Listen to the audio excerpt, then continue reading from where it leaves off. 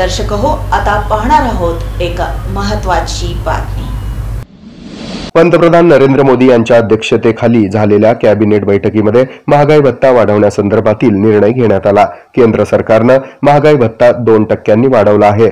केंद्रीय मंत्री अश्विनी वैष्णव यांनी या संदर्भातील घोषणा पत्रकार परिषद घेत केली। त्यामुळे केंद्रीय कर्मचाऱ्यांना मिळणारा महागाई भत्ता आता 53% 55% पोहोचला आहे। सरकारकडून दरवर्षी 1 जानेवारी आणि 1 जुलै रोजी महागाई भत्ता रिवाईज केला जातो, त्यानंतर याची घोषणा केली जाते। अपेक्षेप्रमाणे महागाई भत्ता 2% वाढला आहे। सध्या महागाई भत्ता 53% असून वाढून तो आता 55% इतका झालाय। याशिवाय केंद्र सरकारचे कर्मचारी 8व्या वेतन आयोगाची प्रतीक्षा करत आहेत। केंद्रानं याबाबत जानेवारी 2025 मध्ये घोषणा केलेली ते जानेवारी 2026 पासून लागू होणं आता अपेक्षित आहे।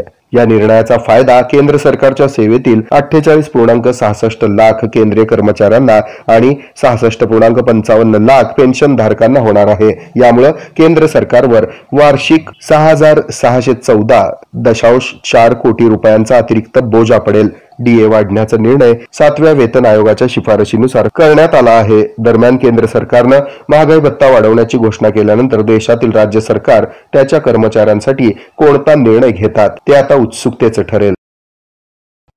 हे आहे मेट्रोकास्ट केबल नेटवर्क आणि आपण पाहत आहात द न्यूज प्लस बरच काही।